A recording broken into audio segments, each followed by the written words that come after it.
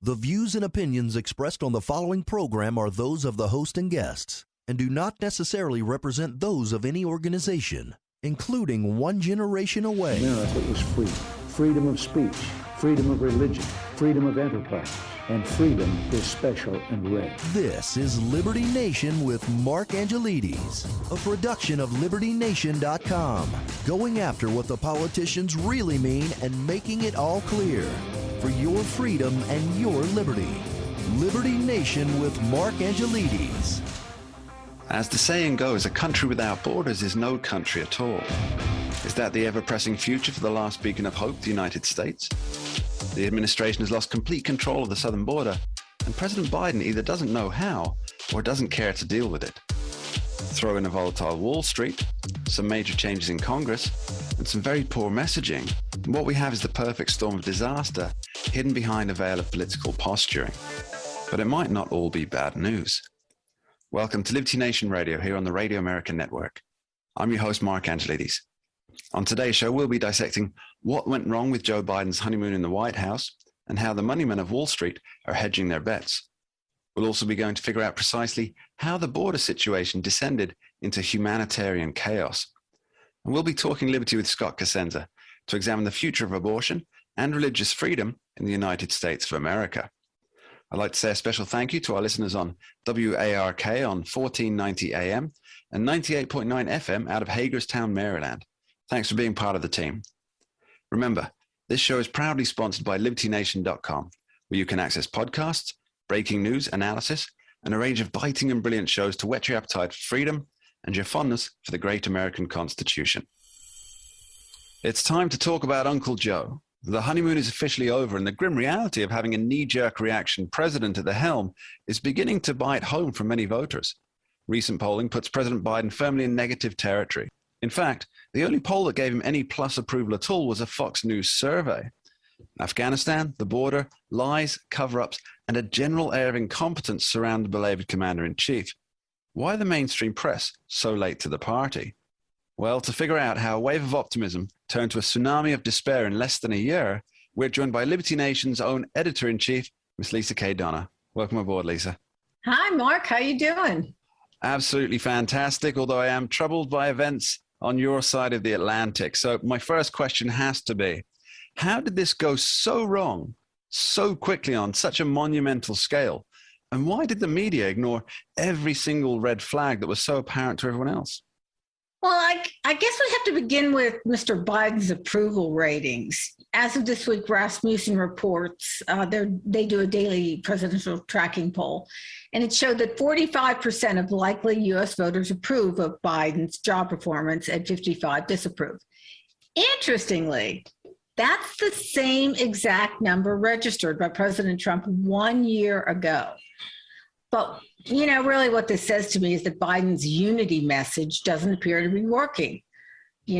As for the media, Mark, I don't think they were ignoring the red flag so much as they've been openly rooting for Biden and often construct an entirely different narrative.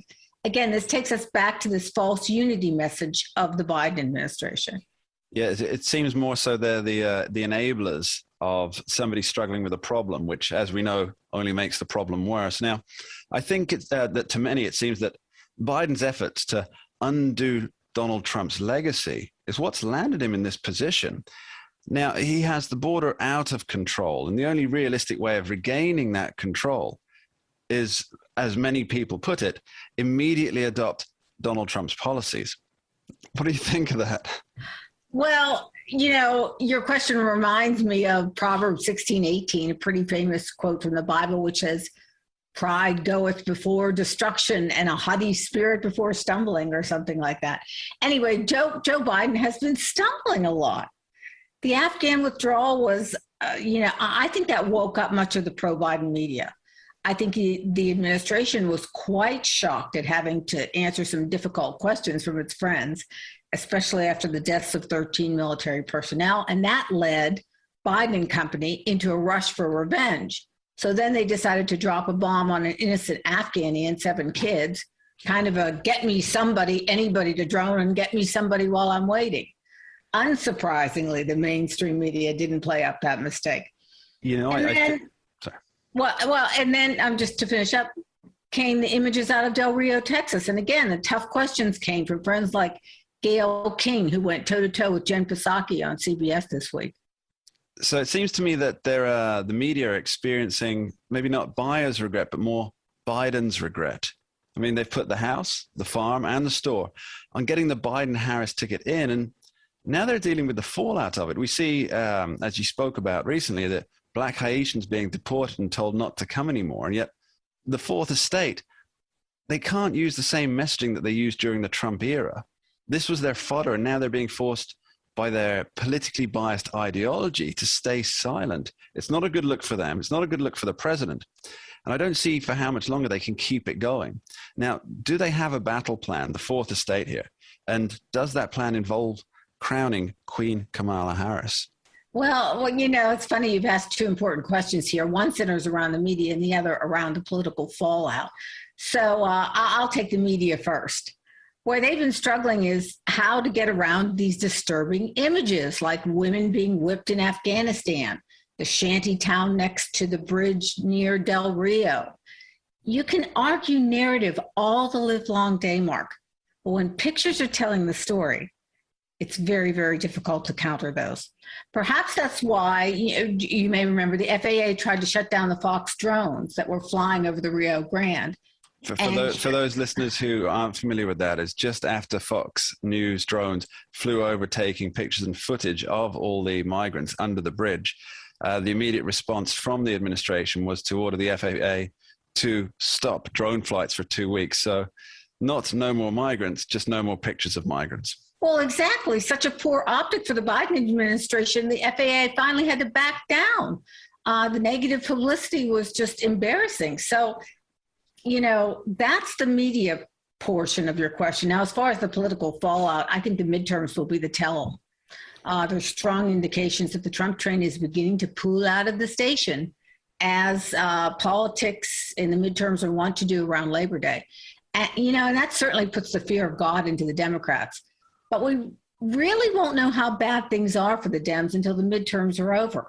Should the GOP pull ahead, that's going to signal a serious problem for Biden in terms of governing. Let's move on to President Biden's mega spending plan. He wants to pass bills that total almost $5 trillion, which, as we know, is more like 6.5 to 7 when all's said and done, that he likely sees as an FDR New Deal or an LBJ Great Society. But to get it, he's going to have to do some pretty drastic actions, right? He either has to ignore the Senate parliamentarian, scrap the filibuster, or, and oh, the horror here, compromise with Republicans. Which one do you think he's going to go for? You know, I'm not sure, but, you know, you might ask about unity, you know, the unity that was promised he was going to work bipartisanly. Do you remember that? I think everybody remembers it. And as you pointed out in the polling, it's the unity that is really hurting Biden in these polls. Yeah, and here's where the Republicans were just, you know, going back to the 6.5 or the 5.2 or the trillions. Here's where the Republicans have to put their eggs in the Joe Manchin basket. He doesn't seem like someone willing to back down. He's flat out against mega spending, as you would call it. I mean, he wouldn't have written this up in the in the Wall Street Journal if he planned on taking a dive. So I think this Bernie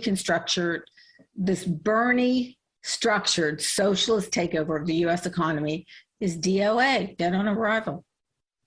Now, final question for you, Leesa. Let's apply a little bit of that pop psychology 101 that you're so famous for. Now, how are the various interested parties feeling about this catastrophe that is so far the Biden presidency? And how is Biden himself feeling?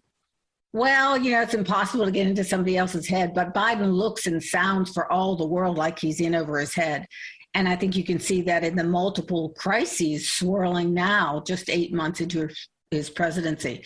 You know, the right has focused much of its criticism of Biden around his cognitive deficits, and, you know, fair enough. But what I've been writing a lot about for Liberty Nation is more of the Biden psychological profile. I mean, this guy, Mark, who's been lauded for his compassion, Mr. Nice Guy theme in comparison with Orange Man Bad. But what we're witnessing is not the result of a nice guy. Nice guys don't let Marines get slaughtered. Nice guys don't bomb innocent Afghanis. Nice guys don't permit third, or some are saying fourth world humanitarian crisis to take place at the border. And now the polls are showing Americans are not buying this unity narrative. So I guess it's getting to be a situation of you can fool some of the people some of the time, but not all the people all the time. And that may well be an adage that comes back to haunt Joe Biden in 2022. Leesa K, Donna, thank you ever so much for being here. Thank you, Mark. Now, don't go anywhere. Later in the show, we'll be talking about upcoming Supreme Court cases in our special Talking Liberty segment. But before that, after this short break, we'll be back with Andrew Moran to see what's happening on Wall Street and Main Street.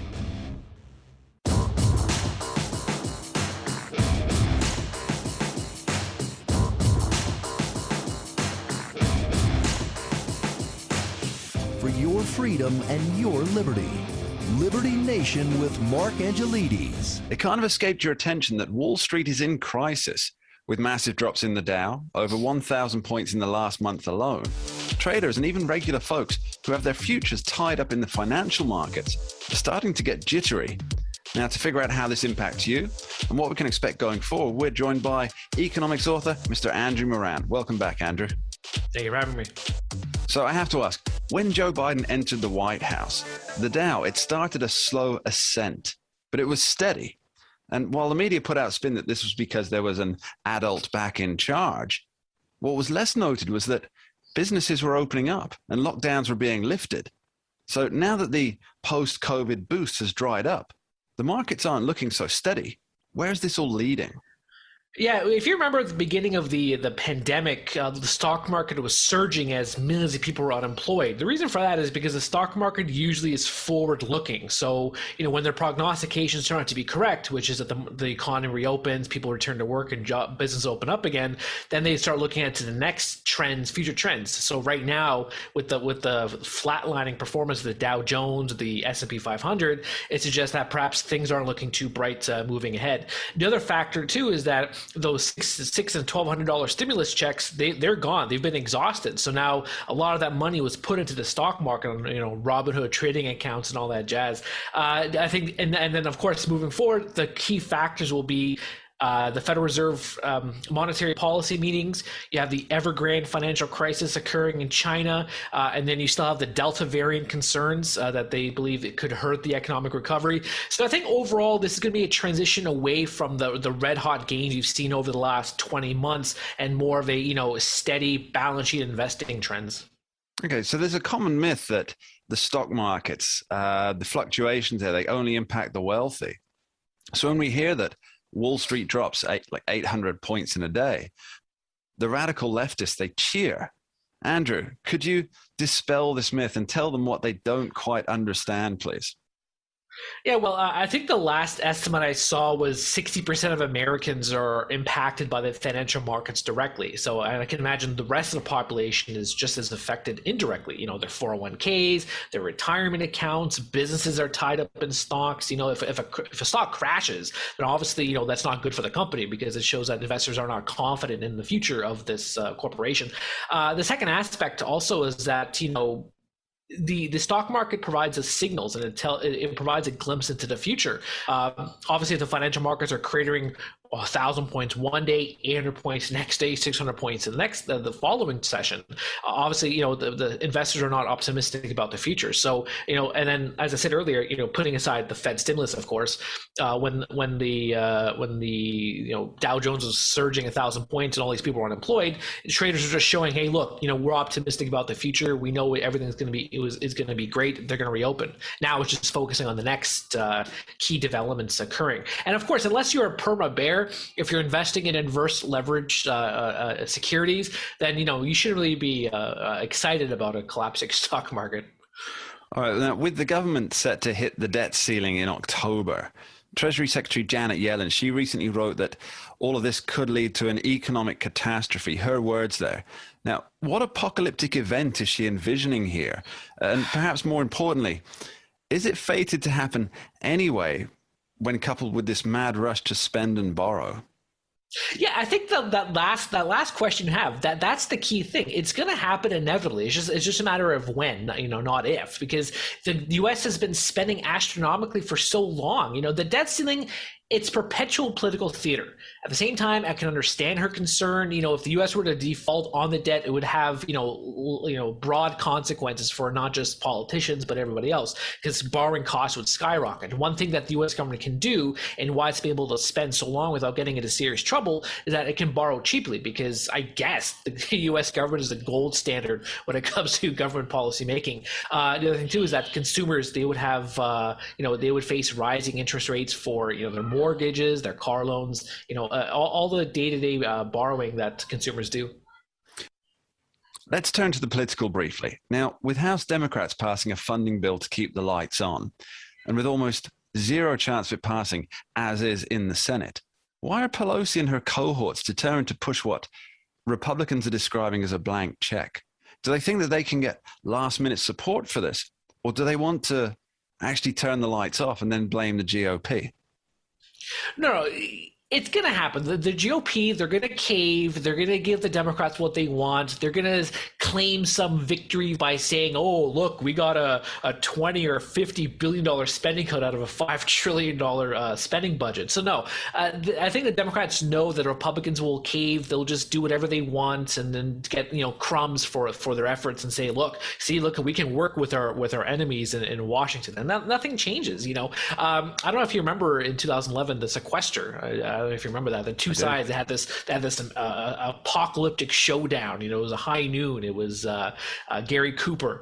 But what happened? The GOP, they got some minuscule spending cuts over 10 years, not in 1 year, but over 10 years. And their debt ceiling was increased almost immediately by $500 billion. And then there was some other deal in there where Obama, he could have proposed spending another $1.2 trillion. And, only in Washington can spending cuts lead to more debt. Because that's what happened. You had this $86 billion automatic spending cuts, but the debt and the spending still went up. It's absurd. It's these automatic spending increases that occur that's just fixed into the federal budget. And every time there's a debt ceiling stage play, I just roll my eyes because I know exactly what's going to happen. Nothing. All right. Well, let's continue with the reading of the tea leaves here, Andrew. Where does the market go if the government can't keep the lights on? Yeah, well, of course, there would be bedlam in the financial markets. But if you look at the markets right now, I think they're confident that the Republicans and Democrats are going to reach an agreement on the debt ceilings. Otherwise, you'd have the collapsing, 1,000 points in Dow Jones, 500 S&P. So I think they know what's going to happen, and that's they're going to reach an agreement. Lights are going to stay on and all that stuff. But I think that right now they're more worried about the upcoming Federal Open Market Committee meetings of the Federal Reserve because of the whole tapering of all the stimulus efforts and interest rates. So that's more of what they're concentrating on right now. And we'll be keeping a sharp eye on that. Andrew Moran, thank you very much. Thank you for having me. You're listening to Liberty Nation Radio, heard across the Radio America network from our flagship station in the nation's capital, WWRC in Washington, D.C. And remember, you can tune in for Liberty Nation from 2 to 3 p.m. Sunday on KBKW 103.5 FM or 1450 AM, the talk of Grays Harbor. Coming up soon on the show, we'll be discussing whether Trump voters got a return on investment with 3 SCOTUS justices. But next up, we're going to figure out what went wrong down on the southern border. Don't touch that dial.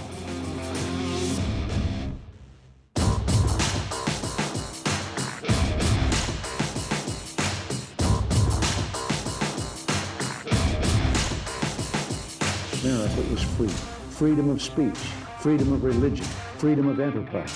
And freedom is special and rare. This is Liberty Nation with Mark Angelides, a production of LibertyNation.com, going after what the politicians really mean and making it all clear for your freedom and your liberty. Liberty Nation with Mark Angelides. The word crisis is used often in media circles. It signifies a problem, but not yet a disaster. Yeah, would it be a step too far to say that President Biden is now dealing with an actual disaster at the southern border? We have thousands of Haitians, some being sent to cities in the US, others being packed on planes and sent homewards. The situation appears as out of control as it could possibly get. But there are zero practical solutions on offer from the administration. Liberty Nation columnist Sarah Cowgill has been following the threads of this burgeoning humanitarian catastrophe, and she's here today to help us figure out what's really going on and where we're headed. Welcome back to the show, Sarah. Thanks for being here. And thanks for having me, Mark. It's always good to be around. So what's the situation on the border, Sarah? Am I right in thinking that despite Joe Biden sending Haitians back to Haiti, many more are actually just being released into the United States with a note asking them to appear before a judge? Yes, and they won't. No, nobody in their right mind is going to just sit around and wait to go to court and then get deported. If I was an immigrant trying to come in here, I certainly wouldn't. I'd go, okay, I'll see you there and see you later. There's plenty of places that you can go and disappear in this country, just like anywhere else. And this is a crisis, catastrophe, disaster completely created in 8 months by this administration, maybe a few more than 8 months, because they campaigned on this and they brought all these people to the border. And now they're just saying, well, we're not letting you in. So get on a plane and, get your happy butt back to Haiti. It's harder to do with Central and South Americans, but it's really easy to get rid of the Haitians if they so choose to. That's what we're seeing now, and it's a mess. The photos in Del Rio, Texas, are disturbing at best. Yeah, I mean, this really isn't a sustainable situation. The government's own figures admit that at least 1/3 of the people, as you say, don't turn up, and that figure is likely much higher. That 1/3 figure is just that they've responded to a phone call or an outreach. Doesn't necessarily mean they're turning up for the day in court. So is the administration, are they looking at this as a problem not for today Joe Biden, but for tomorrow Joe Biden, who can figure out his own problems? Oh, it's not going to be any kind of a tomorrow for Joe Biden. It's going to be a tomorrow for the vice president. She will take over at a certain point, unless I can't read politics tea leaves anymore. She will take over before this first term is over, for whatever reason. I mean, you've got Democrats already, looking into investigating their own president, which that doesn't happen very often. Although politics has gotten a little bit weird in the last decade. But, he's not going to survive this. He's not going to survive Afghanistan. He's not going to survive the border. He's not going to survive what people are calling Bidenflation. It's just a mess right now. And he wanted this mess. He's got this mess. And he's going to get out of it before he owns it outright. And give it away. So basically, they're going to kick the can on immigration, especially on immigration, down the road. They're going to continue to blame the previous administrations who put some of these things in place. And they're just saying, well, we're just following those laws. So, no, you're the president. You can fix this if you wanted to. Yeah, putting the optics to one side, and there's a real humanitarian aspect to this moment. And now, clearly the situation down in Texas, it's horrendous. There's poor conditions, which are ripe with criminal trafficking. And that includes children, young women. And that's just where the spotlight is shining in Texas. But what about the rest of the border? Is this something that's being repeated for the whole length? Oh, sure. Just not to this extreme. It's what they call the boot heel. Wow, that was tough. The boot heel of New Mexico. And there's a spot in there in Sunland Park and those little areas. And I do have a good friend down on the border who has a ranch down there. And it's a daily barrage of people coming through his property because there's holes in the wall. They're sitting there trying to figure out how to plug the holes to keep people out. That's my assessment of the southern border. Well, I have to say, there's somebody who completely disagrees with your assessment there, Ms. Sarah Cowgill. Homeland Security Secretary Alejandro Mayorkas, he said that the border is closed. The border is secure. No, it has been secure for probably 15 years. Well, when I lived in New Mexico and when I lived in Arizona, we didn't have a migration problem like this. But you could obviously realize you would, hire people to do different jobs, and they were hardworking people, and then they just disappear. It's like, where'd they go? But when you have hundreds of thousands of people coming through, you can't look the other way. It's just insane. So I would go head to head with Mayorkas if he would like to. Just because he says it's true doesn't mean it's true. I'll admit that when I heard that, I was watching actual video footage of folks coming across the border, and I did nearly lose my coffee all over the computer screen.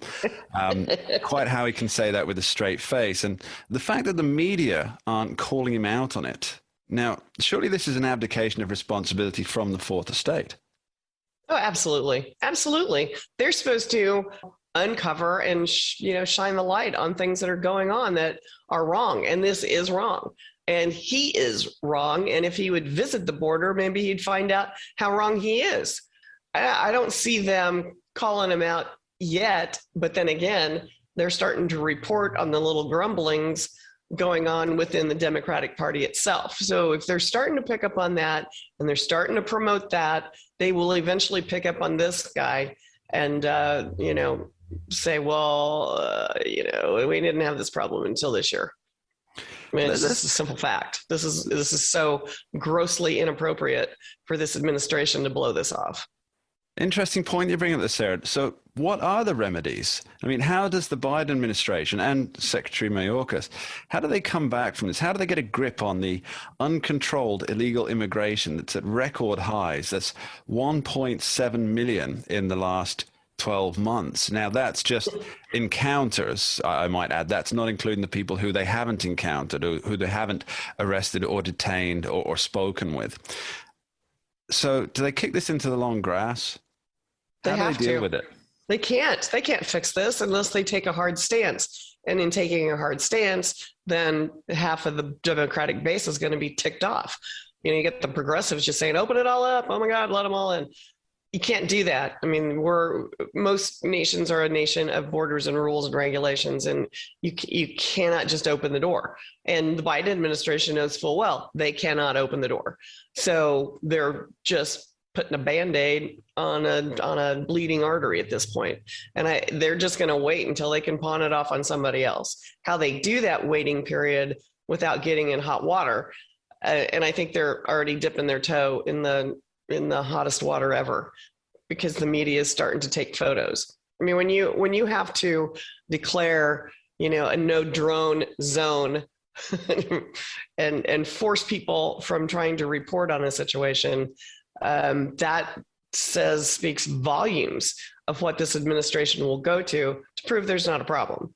There's a problem. We've seen this before. There was the kids in cages, and then that stopped. Although it didn't stop, what there was no more photos of kids in cages. And then there was migrants under the bridges in Texas. And then, of course, there were no migrants under the bridge in Texas. No migrants. There were no more photos of migrants under the bridge in Texas. Exactly. Sarah Cowgill, thank you ever so much for being here. Thank you, Mark. Right after this short break, we're talking liberty with Scott Cosenza. Abortion and freedom of religion without political persecution are on the docket in the Supreme Court. What's happening and how will it play out? Don't go anywhere.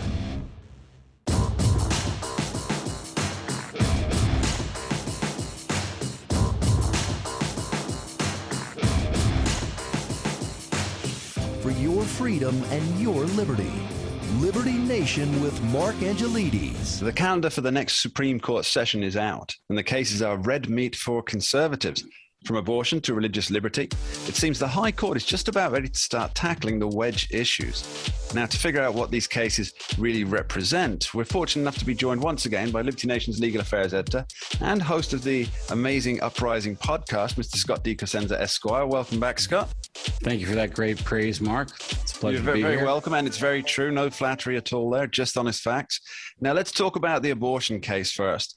This is being billed, rightly or wrongly, as the case that could overturn Roe v. Wade. Now, I have a few questions on this, but the first is that for 4 years under Donald Trump and in the run up to the 2016 election, we were all told that the brash Republican would overturn the landmark abortion decision. Now, there were never any specifics given to this scaremongering, but now it's Joe Biden's watch. Wouldn't it be ironic that a Democrat is the president who oversees the downfall of Roe v. Wade? Well, I tend to look at the court, Mark, as a silo of its own order. So I don't know that I would agree that it's ironic, but it's certainly an interesting political feature. And one of the things I think that it's always important for Americans to remember when the politicians and the interest groups or campaigners, as you say over there, get going, sometimes it's for the reason of the policy or the law, and sometimes it's just to make money or to gather votes that don't have anything to do with that particular issue. So that's an important part of the equation as well. Abortion is one of the biggest fundraisers in America, I believe, directly after the Second Amendment. Yeah, and I'm thinking of your comment about how the people, Trump promised to reverse it and people went crazy, and I think that the people who didn't want Donald Trump in office for all sorts of reasons having nothing to do with abortion try to leverage that issue because it animates so many people on both sides in America. Okay, so give me the details. How can this case, being heard on December 1st, I believe, or starts hearing on December 1st, impact let's Roe give v. the Wade? name. It's Dobbs versus Jackson Women's Health Organization. It's out of Mississippi, and the court has taken the case to resolve the question about whether or not pre-viability restrictions on abortion are going to be constitutional. Currently, they're not. Under the current jurisprudence, they are not constitutional. But because the court relied on technology to draft their previous rulings on the case, the technology changes and viability changes. So where does that leave us? That's sort of where things are. That's something you and I have discussed before about how technology could be the straw that breaks the back of Roe v. Wade. I think it will. Especially with in July, I believe there was the most premature baby ever born, which was 5 months early, and the petition for review to the Supreme Court by Dobbs, who is the named party in that case, is the Mississippi Health Commissioner, recited testimony from a neurobiologist that Mississippi put on that was talking about when a fetus can feel pain and dealing with their electric processes, I guess, that indicate that in the brainstem. And it was fascinating, and it just keeps getting earlier and earlier in the life cycle that they can detect these measures. So to carry on with that theme, one would think that if the lawmakers on the left, for example, were so determined to protect abortion as a fundamental right as they see it there, they would have crafted legislation that can stand the test of time and not be superseded by technological advances, which were obviously going to come. I mean, have they not done so to, I'm going to paraphrase Alexander the Great here, there would be no more wars to fight and no more funds to be raised, as you pointed out earlier? Well, yes, Mark, but really good legislation is difficult to craft and even oftentimes harder to pass, especially on an issue like abortion. You have to remember that the American people never agreed on abortion or came to a collective judgment about it. It was just a plurality opinion in 1973 by a few Supreme Court justices that imposed this rule. And so, yes, there could have been some legislating in the meantime. However, because the Supreme Court said they only had 50 years, Scott. Give them a break. Because the Supreme Court said it was a constitutional right, you could argue that it's not appropriate to legislate in that area because the Supreme Court kind of filled the zone. Absent a constitutional amendment, I think, which is really what they should go for, except for the numbers don't support it. Like you would think, why is there so much, if you read consuming the popular media, you would just think like it's a real niche kind of view to think that abortion should be legal, like that, the toddler should be given machine guns or something like that. Just like the way it's presented, like it's a non-starter or no brainer. But the American people, by and large, don't favor continual expansions on abortion. They favor legalization broadly, but not the kind of no matter any restriction is verboten kind of policy that those animating the real pro-choice movement types favor. Okay, so the second big case for me that I saw on the the Supreme Court docket, or upcoming docket, was that of Carson versus Macon. Now, this is a case out of Maine in which a tuition payment program that provides funds for students to attend various private schools. It seems that the parents who wanted to send their kids to a Christian school were cut out of the program.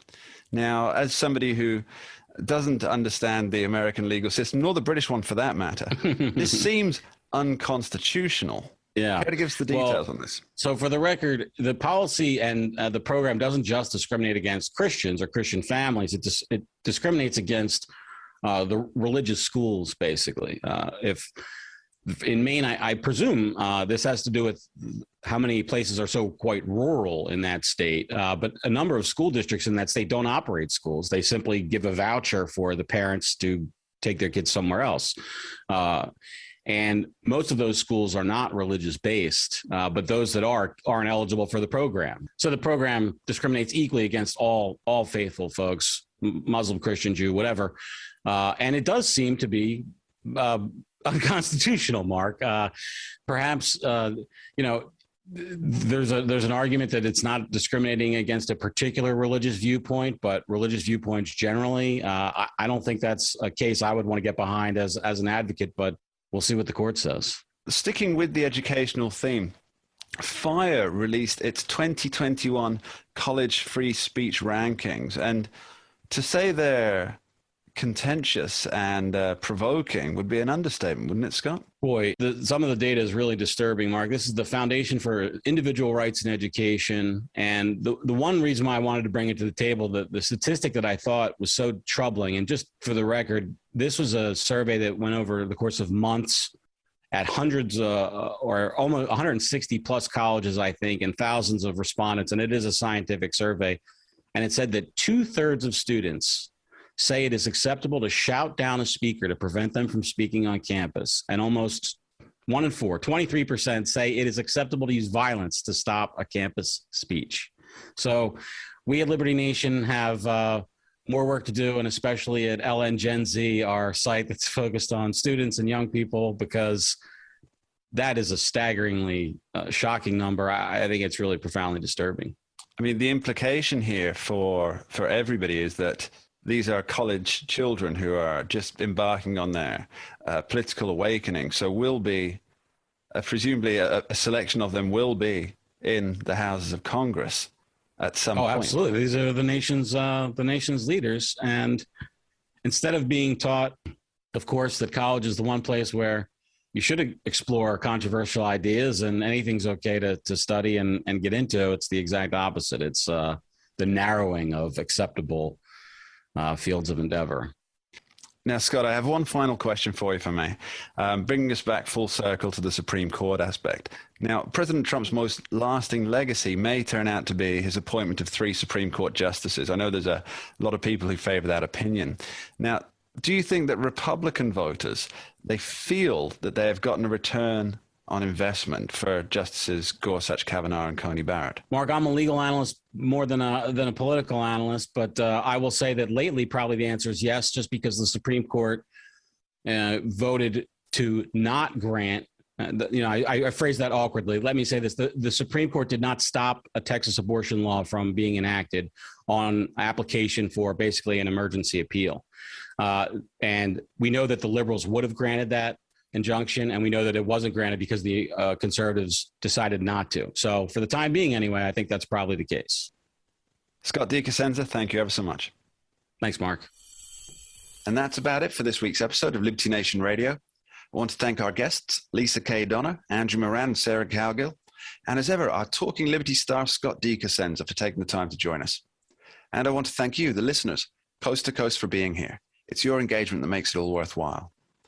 One final thought before we go. We've seen over the last 8 months a decline in order, both at home and abroad, whether it's the mismanagement of the border, a fatal withdrawal from Afghanistan, and an administration that just can't seem to cope with media scrutiny. There's an old saying from Sun Tzu, the famed military general. He wrote, "Weak leadership can wreck the soundest strategy." When it comes to the American leadership group, we see people who've spent decades pushing often confounding policies, and yet years down the line, they still keep pushing the same. The music doesn't change, the dance remains the same. Perhaps it's not circumstance, or pandemics, or global markets that are to blame after all. Perhaps it's those at the top and their innate weakness. Until next time, thanks for listening.